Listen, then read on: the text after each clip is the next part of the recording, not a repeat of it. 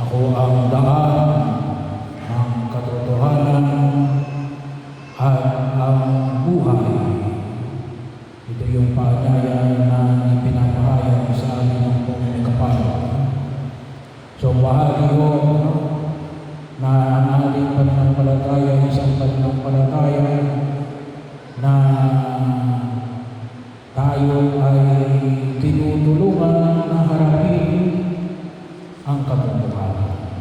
At ilang mga katotohanan na makita natin na nagdudulog din sa ating kapikat-ikat. Katulad ng pagdating ng kamatayan.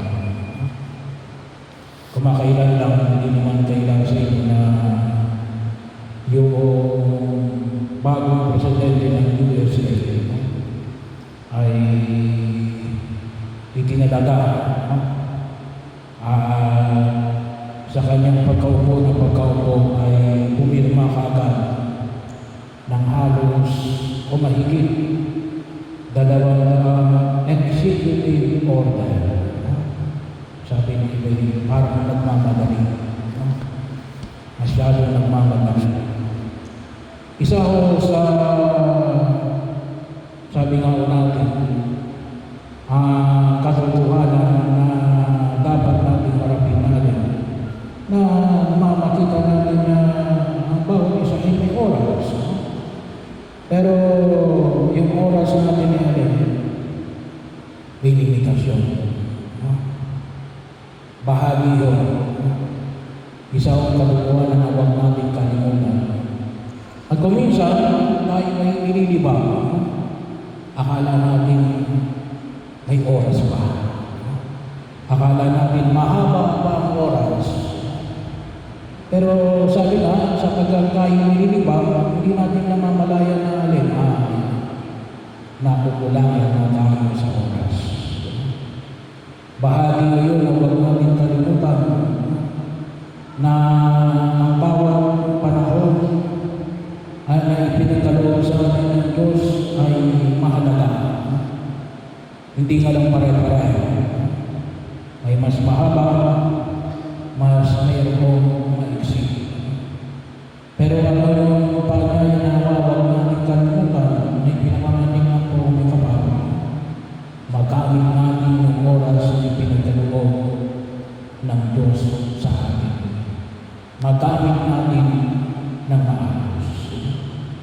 Huwag natin hayaan natin malibang tayo sa mga bagay na baka nakakalimutan natin na hindi talaga yun yung direksyon na panulungan natin.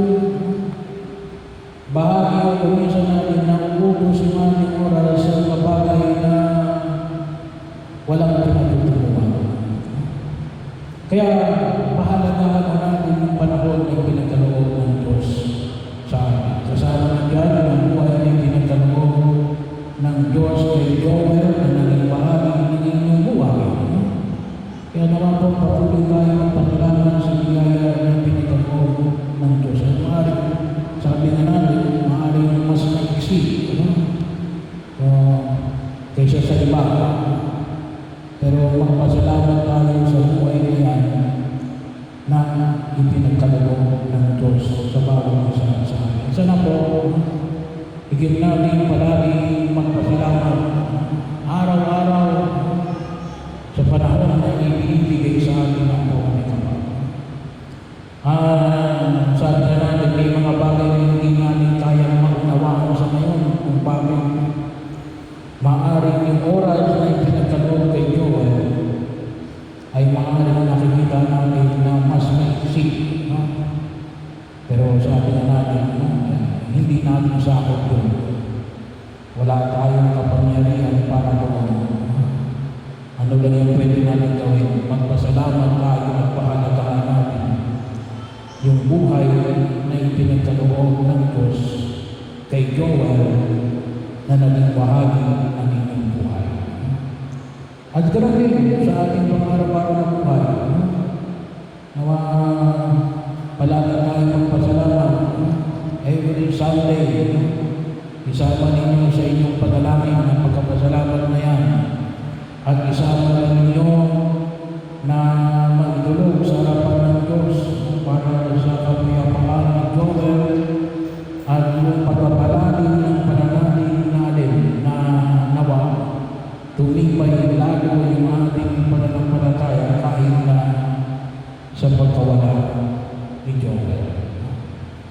Kaya pagkakataon na kung saan makita ko natin, bahagi rin ako na maging hamon din para sa atin.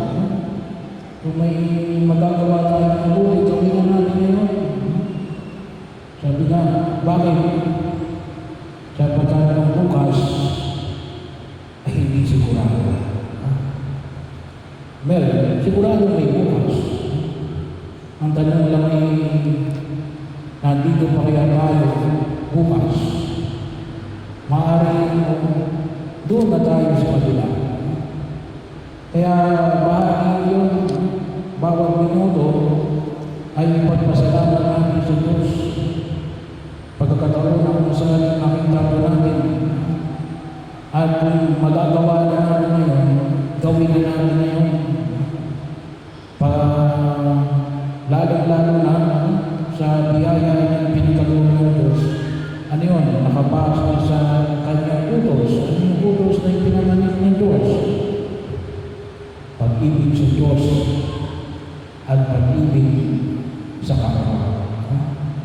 Yun naman ang kanyang utos eh. Yung lahat na nakalagay yun sa 10 utos ay yun. Yung pinaka-sama, pag-ibig sa Diyos at pag-ibig sa kapwa. Kaya kung makatutulong tayo sa pagtugon sa utos na yan, gawin na natin ngayon. Huwag na natin ipagpabukas. Sapagkat ang bukas ay baka hindi na dumating. Bahagi yun. Kaya napakahalaga, kaya ang tawag naman sa wikang Ingles ay present. Kasalukuyan, present, yung delikado na ipinagkakaloob ng Diyos sa bawat isa sa atin. At lalo-lalo na sa mga taong nagiging bahagi ng ating pagkilos sa daigdig na ito. Alilulog natin ang nawa ay tunay na pagkanabagan ni Joel, yung presensya niya doon sa kaharian ng Diyos.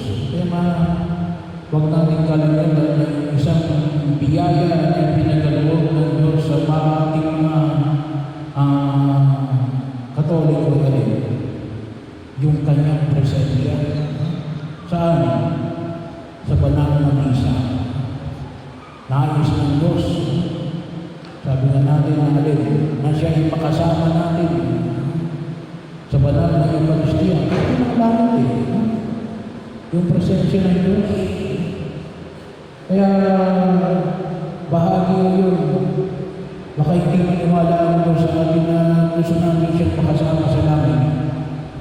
Kung wala naman tayo sa kanyang presensya, lalo-lalo na kapag araw na linggo at pwesta ng Panginoon. Huwag natin kalimutan at kung walang alam, tanggapin natin si Jesus sa biyaya ng sakramento ng banal na Eucharistia. Kasi yun yung kahalagahan ng pagiging tao na Jesus para makasama tayo habang tayo nabubuhay sa daigdig na ito. Kung sa gano'n, pagdating ng taklang panahon, hindi na tayo maninibago. Kasi yun ang langit eh. Ano ba yung langit? Yung makasama ang Diyos. At yung langit, kaya rin, nagsisimula, wala na tayo ibigyan. Kaya, isa rin ang biyaya na nagpasalamat tayo sa ating pananampalataya na tumutulong sa atin na harapin ang mga katotohanan na ito, lalong-lalo na yung biyaya ng presensya ng bawat isa, lalong-lalo na rin ang presensya